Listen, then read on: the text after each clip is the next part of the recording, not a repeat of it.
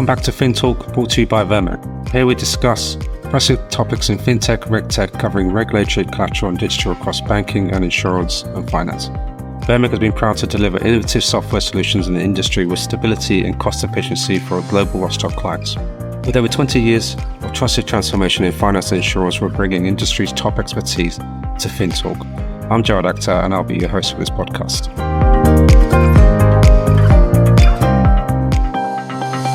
Welcome back to FinTalk, brought to you by Vermeer. I'm Gerald Akhtar, your host. So today I have me Rheta and Rogan Pietersen from Monocle. Welcome. Thanks, Gerald. Nice to be here. Yes, very nice to meet you.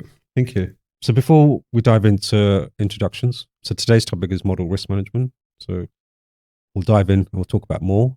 Just for the people that don't know of you, a bit of introduction. Rheta first. Hi, I'm Rheta. I'm a consulting director for Monocle Solutions in the UK and Europe. We're a management consulting firm. We focus on regulatory compliance, risk, any sort of regulatory reporting and integration of data. The firm started in South Africa roughly 21 years ago, and we have expanded into the UK about 8 years ago and steadily building the brand and helping financial institutions get their regulatory reporting sorted out. Fantastic. Rogan. Yeah, I'm Rogan. I'm a principal at Monocle Solutions. I've been with Monocle around 8 years now, and around 3 years ago, I moved over to the UK and I'm assisting, obviously, the UK company with rolling out regulations to our UK-based clients. And that's about it for now, yeah. Fantastic. Welcome, guys. So today's topic is model risk management. There was a supervisory statement by the regulator SS123, which goes live on the most random date, 17th of May, which is a Friday, 2024. At least it's not Friday the 13th.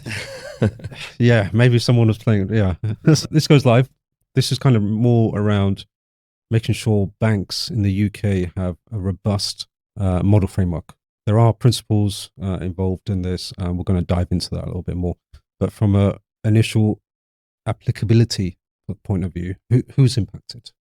So the statement is rolled out to all financial institutions. I think the initial focus is on banks that have AIRB or IRB approval from the regulator, right? And that makes a whole lot of sense because if you think about the models that those guys use, these are models that drive decision-making, that drive the capital that the bank holds. But I think it is worth noting that this will not stick to IRB, and the regulator has already sort of said that this is going to be a much wider regulation. So it is important for every bank, whether you're IRB compliant or not, to actually start preparing your model risk framework and to make sure that you are ready to actually report to the regulator on how you are governing your model risk. Yeah, that it's very important for banks to realize that because, well, as Rheta said, some banks aren't IRB focused. Now is the time to start reacting to this because it is coming their way. So really everyone from our perspective. Yeah, I think, we'll go back to Basel III and we'll talk about that, where IRB banks have to reapply for their models. And that's probably their projects underway already around this. The timeframe of implementation of May 24 is not far off now. We're 5-6 months away. Yeah, I think it's also important to look at what is this time frame around. The time frame is not around saying you need to have everything fixed by May 17th.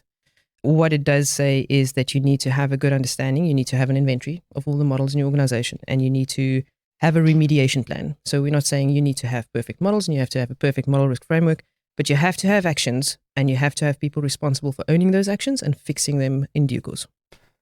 What's also important to know about that, though, is that with the 17th May deadline, there is actually a tremendous amount of work to get them to that stage. So while you don't have to have everything perfect, looking at what you have to do to get to that point, it's very manually intensive and there needs to be a lot of effort put into those actions. So before I dive into the principle, we'll dive into the principles, but one of the key things that stands out when I was reading the statement was around SMF accountability. It's governance frameworks, right? And that's huge. And that's been on the regulator's radar. It's a common theme. It's not new. Yeah, exactly. And it's kind of on every audit paper and everything that you see, governance, framework, controls, SMF. But the fact that they're now calling it out and saying, right, SMF, you are now accountable. This now has to go to audit committee. This now has to go to board. How does that now change the kind of landscape for firms? I think we've all known that this is really important, right? But and I think in every, you've rightly said, in every sort of governance and compliance guideline that the Bank of England has issued, there is mention of the board. There is mention of having senior stakeholder buy-in and having senior stakeholders drive this. I think the fact that it is now sort of included in the SMF's mandate, where we need to physically write this down and say who is responsible for that, makes it a slightly more high priority item internally. But I think also we need to realize again that it's not, they are ultimately accountable, they are responsible for driving this out. But we shouldn't forget about the role that model developers, model users, model owners play in this, right? Those guys still at the ground level have the responsibility of making sure that they comply to the model risk framework of the organization. But how we define what this model risk framework is, what's the risk appetites, that now becomes more of the SMF's responsibility. And then making sure that the model owners, the users, they actually comply with the framework of the bank. And I think you mentioned it off air, Jawad, is there needs to be a cultural shift, and you can see what the regulators are doing is they're pushing for banks to introduce a culture of risk appetite management through these actions and through the model risk management frameworks that they have. And introducing the RMF is a tool or a manner in which they make banks aware that cultural shift needs to take place. Yeah, and it's a kind of nice segue. Any change requires a kind of mindset change, not just from a kind of user level, from a board level. It's a cultural. Banks are so embedded in the way they do things and the way they have done things. It works, don't break. Yeah. So, but it's quite clear in the statement, on the first paragraph, is the models that banks have are inadequate. And even though we've had IFRS 9 around for a few years now, and kind of that's a model for everyone to implement at all kinds of levels, it's still not quite there. Does this now reinforce that kind of cultural shift now? Or, I mean, we look at Basel, we look at BSB 239. That's been going for years. Still quite, ultimately, banks should really be compliant on that basis, because you should be able to, but everyone knows Basel's not a regulatory committee, so you can't really enforce that action. So does this now change the dynamics in the way that banks approach it?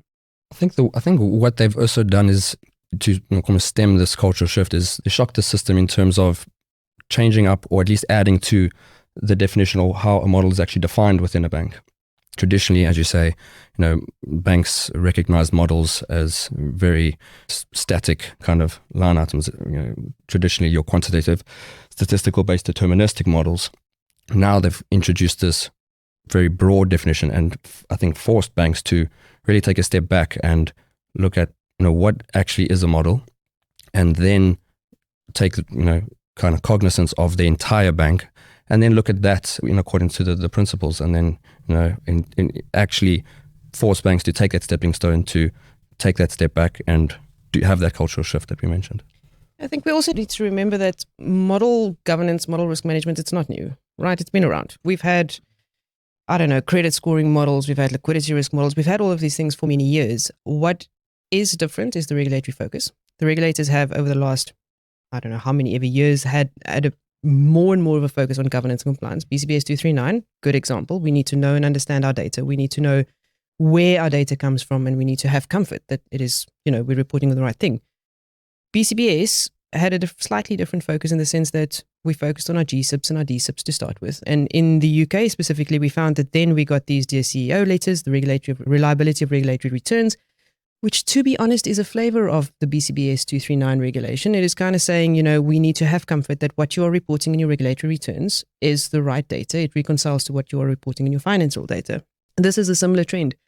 Banks must have always done, they always had independent validations of their models. They always had a governance process. But how well did they monitor this? What was the controls and the framework around this? Did they really go in and review when they felt they needed to review these models? And with this new paper published, I think the emphasis is on making sure that internally, first of all, you are comfortable with your frameworks and you are adhering to your frameworks. Because based on experience, you'll say that a model gets validated every year. And sometimes if you look at the dashboard that reports the last validation and the last time that we did documentation, it may have been 3 years ago, right? And is that really good enough? Is that really a good enough indication to use a model like that to indicate risk in a world that is changing as quickly as it is?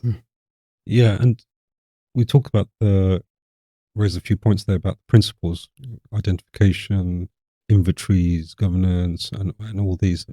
If we take the big banks that are doing IRB outside and we focus on the other banks, they'll be like, well, I have someone that knows how they're doing that Excel. It works. Yeah. The model is probably also in Excel. Exactly. Yeah. Exactly. So for me, that then I can go, oh yeah, I can tick that. Yeah, it works. Pivot table doesn't break. So, Exactly. But how does that then change, or how does that impact? Because the whole impact, it's quite clear that it says, yes, at the moment it's IRB, but we're going to now start we're going to have to focus on the other banks as well that need to have this in control in place. How do they then, looking at the principles, tackle each one? So I think the most challenging principle for me is probably the first principle. Again, the governance, we speak about where governance needs to be set and making those changes in the board level and then filtering them down into the organization. I think that is achievable. We've spoken about validation and having monitoring on your models, and those things exist today, right? What we need to start thinking about is that definition. So firstly, the paper has a very broad definition of what is a model. It could be anything, right? So how do I, first of all, make sure that I have an internal definition of a model that is something that I can sort of sign up to, that I can say, I'm going to go classify the calculations, because some people will say that calculations are models, according to this definition, and then I can start creating my inventory. And then the second part is creating that inventory, right? If we think about the number of things that could, according to this definition, be classified as a model, you'll be documenting inventory for the next 10 years, right? Regardless of your IRB approach or not. Exactly. I mean, there are so many things that could actually comply with this definition. So then it is about refining the scope. What is it that actually influences my decision-making as a firm? What is it that my board is interested in? Those are the things that I need to start off with, right? And then still in the first principle is then coming up with your tiering framework. How do I determine what is important to me and what is not important to me? And then I think, yes, there is an element of work that needs to be done to say, looking at my internal model risk framework, am I confident that it adheres to the new principles that were set out by SS123? In some cases, we need to refine, we need to update those things. But again, doing model validation, doing model monitoring, those things exist. A bank cannot exist without having those things, because we've got models. We need to make sure that we're making decisions off the back of sound information, right? But it is making sure that I'm actually applying that framework to the right stuff. Am I applying it to models that are important to me from a decision-making perspective? And that's where we mentioned earlier, there's a tremendous amount of work to be done to get to that stage, and that lies in that first principle, and shows you how important that first principle is, because you get that right and you do it once off, and you put the effort in there. The rest of the principles exist, and it might be about updating them, or it might be about refining your process, but they're there. You spoke about the 17th of May earlier. Principle 1 is the most important one for 17th of May, because I need to have a remediation plan ready, right? I'm not saying I need to be perfect. I need to have a remediation plan. I need to know what I need to remediate. I need to know what are my models, right? I need to create my inventory. I need to have my definition sets, and then I need to go and evaluate and say, based on this tiering system that I have, am I applying governance to these models, or do I need to do something in order to make sure that I actually track and monitor this a little bit better? So if you think about it, for me, the 17th of May, yes, there are things that we need to do at a board level. We need to review our risk appetites. We need to review our frameworks and our methodologies. But the key driver is I actually need to know what it is that I need to remediate. And that for me starts in principle 1. Yeah. It's more, but if we start with that, it's open to interpretation, right? Bank to bank. There are going to be people that are going to just spend years. I think that's the highlight of the paper, really, is how ambiguous this definition is. And it's going to result in people spending a lot of time in really figuring that out, which is something that we've also spent a lot of time talking about, and how you focus yourself on that first principle and how you apply a technique to really scope out what this means for you. Once you get there, you can start the work, but until you get there, you can't do anything else, really. Yeah. Look, I think we're grateful it's 5 principles and not the 14 that BCPS 239 gave us. Yeah. So there's still something to be grateful for. But whenever we speak about principles based, there is interpretation, right? When it's not as straightforward, this is the rule that you need to apply, then there is room for interpretation between the different financial institutions. Yeah, my concern with PIPs like this is, what is the outcome? What is the regulator trying to do? It's trying to strengthen the processes that firms have. But when the definition is so vague, your bank to bank same banks, same business model. One's doing 20, one's doing 5, one's doing, it becomes very varied. If there was a perfect world, this is the definition. This is what we need. It becomes easier then, doesn't it? And then it's applicable. Yes, I can. Yes, this makes sense. That makes sense. That's the tricky part. That is the tricky part. But then we've also now mandated this in the SMF's responsibilities, right? We've said you are responsible. The FCA has oversight there, right? So we've made it very much the responsibility of the SMF to make sure that they are comfortable with what you have defined as a model. Now, yes, when it's principle-based, there will be a wide range of how we interpret things and how we implement things. But I think I'm hoping that principle 2, which is the governance principle, will help us to actually make sure that there is a level of consistency across the organization. And I think for me, with all of these things, the same thing applies to BCBS 239 is if you're making it a tick box exercise, if you're doing this because the regulator is asking me to do this, if I just want to tick the box and say, yes, I can prove to you that I've got control, you're going to do the bare minimum, right? It is when you start doing this because you understand the value in it from a decision-making perspective. You understand that it can actually give you better information. It can help you make better decisions. And then you're actually going to probably go a little bit further than what the regulator is asking you, right? You might start off with a regulatory sort of scope, and then you might say, you know what, this is actually doing really good for my organization. I need to roll it out a little bit wider. That's when it becomes really beneficial. If it's not just ticking a box and saying, yes, Mr. Regulator, I've actually done this and I can show you there's a plan and there's an inventory. That broad definition, what are banks going to do?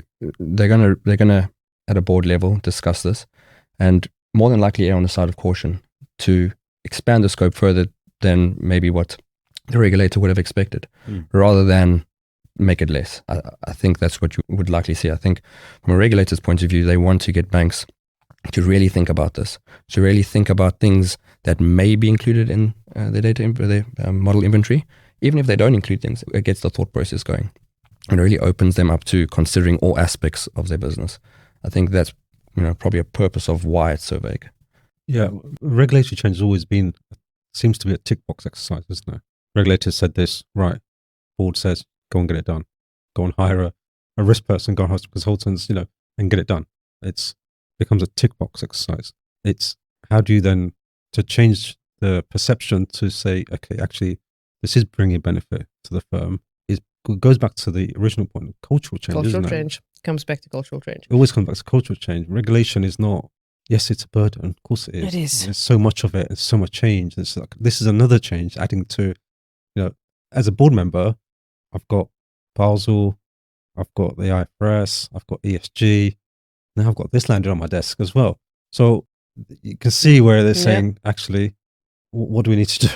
On the points of ESG, and I'll get back to your question in a sec, but on the point of ESG, that's just going to add another layer of complexity because ESG will bring its own host of models that will influence decision making that I now need to add to my model risk management, right? So ESG is going to open a whole new chapter to new models as well, ones that we're not used to working with. Exactly, and they're just years. Look at some of those lookbacks are 30 years, 40 years. It's crazy. Some of those. So those models, that's a whole different can of worms. Whole different story. Don't want to go down. Whole different story, right? But I think coming back to how do we make this more than just a tick box exercise? For me, it is down to having senior stakeholders drive out the value in this, right? So we have, for us as a firm, we've got tremendous experience in the BCBS journey, and we've seen it done on various different levels of the spectrum, from a simple tick box and doing the bare minimum to actually going and implementing some of these principles wider than what the regulator is asking you to do. And the reason for this is just because in South Africa, the banks were all required to comply with BCBS 239, because everybody is a DSIP in South Africa, all the big banks at least.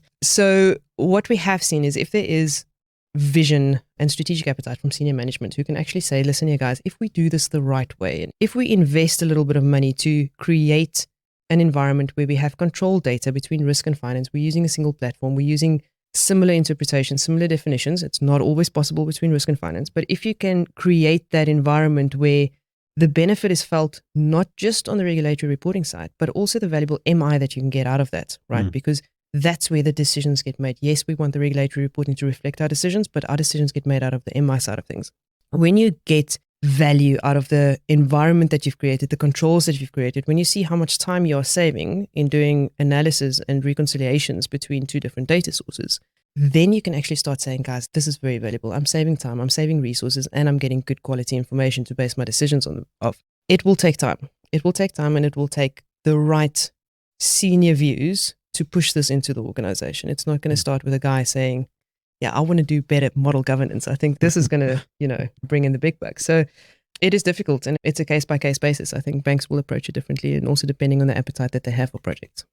You used the example of ESG, and that's a great example. If you look at banks wanting to use this as a tick box exercise, it might be quite easy to look at their current models, their pricing models, or whatever it may be, and fit this into the principles, and tier these according to a very simple tiering system and get that tick. But the benefit that you could get between really putting focus on the statements and something along the tiering system, having a well-designed and well-functioning tiering system. When you're getting models, new models such as the ESG models where people aren't familiar with, if you've got a well-designed tiering system and you tier that according to that tiering system, that helps you, or it really shows you how you need to govern that model going forward. So it really takes that model and guides you as to what are the principles and how you apply those principles going forward. So it's going to make you more efficient in the future, regardless of how you operate right now. Yeah, I think having the governance, adhering to the principles now will better suit you for the future. For the likes of ESG, as an example, which has vast amount of modeling and data coming into it, it's going to be crazy. And if you just look at the complexity of the modeling landscape, we've got machine learning models becoming more and more relevant. There's all this talk about AI, and I know there's AI models, especially in the fraud space, that we are starting to actually get regulatory approvals for in some of the European countries, right? So it is not going to get easier. Right. It's not going to get easier. And I think the risk is that we build these models and we have a handful of people who actually know and understand what the outcome of these models mean. If we don't have a proper model governance framework and we don't have proper model risk management, how are we going to run our organizations on the back of the outputs produced by these machine learning models, right? It's a bit scary. I think at your Future Fit conference, there was a question about when the robots take over. Maybe this will help us steer clear of when the robots take over, right? Because there has to be a bit of control in it. Yeah, no, it's true. There's last few points on it. In the CEO letter, there was a point where SMFs were delegating responsibility downwards. So actually, they were passing the buck, really. That's likelihood that could happen here as well, because this is big, right? To own that as an SMF, if I'm an SMF, to pull that on my books as well, that's something. Is there a likelihood they're probably just going to say, we'll delegate it down, and they'll delegate that down as well? There is a differentiation between accountability and responsibility, right? And I think what they are saying is the SMFs ultimately have to be accountable for this. Are they going to be the guys who do the actual implementations, who do the actual work? They need assistance, right? And therefore it has to be pushed down in order for you to actually efficiently roll out a model risk framework. We spoke about model users, model developers, model owners previously. Those guys have to be involved, and there has to be an element of delegation down to that level. But ultimately, whether you have a framework or not, and whether you've remediated and whether it complies with SS123, that has to be the accountability of the SMF. Final thoughts? Interesting road ahead. I think this is the start for us. I think SS123 is, like we said, it focuses on IRB banks. It's a start. It gives us some good principles. I think there will probably be some revisions, but I think the key thing is everybody needs to start thinking about putting more refinement and more structure to how they are doing model risk governance. Yes, we can use Excel spreadsheets to do that, but I think there are some interesting technological solutions that we can use. I think it's all about also making sure we understand where in the process our models are. We all know that the difference between the amount of models that get developed in the financial industry versus what actually gets produced or gets used in production there's a big difference there, right? We develop a lot of models these days, but what actually ultimately ends up in my decision making is limited, right? It is making sure that when I have that subset of models, I actually know what the outputs mean. And I, as a decision maker in the bank, I have comfort about the decision that I'm making because my model is giving me the information that I think it is, right? And governance, controls, these are themes that the regulator has been pushing out for quite a bit of time, and I don't think it'll stop. I think we do need that in order to make sure that we can trust the financial information that we are using. Yeah, I think the biggest thing for me is this is not going away. This is the start, and I think banks should use this as an opportunity to get ahead of the curve. There's a lot they need to do for the 17th of May deadline, but doing that in a smart way, creating a remediation plan, and then creating the workflow, including how you embed this within your organization, how you have that cultural shift, how you pay more attention to this on an ongoing basis, will allow you to really ride the wave of the next regulation and the one thereafter. You're not looking at wholesale changes then. You're looking at a well-functioning operating model that allows you to make changes very quickly and easily with small updates, as opposed to having to completely relook at your model risk frameworks every time a new regulation comes out. So now's the time to do that. Spend a little bit of effort now. Do it smartly, and you'll be up to standards for this foreseeable future with really minor change. And I think we can't emphasize enough the do it smartly part. If you're going to try and do it for everything in one go, you're going to set yourself up for failure, right? It is making sure that you could refine your scope to what is really important to you as an organization, get the foundations right, and then you can always roll it out wider. Yeah, that's always the case, isn't it, on any kind of implementation. Thank you for your time, guys. Thanks. Thank you very much. Thanks for having us.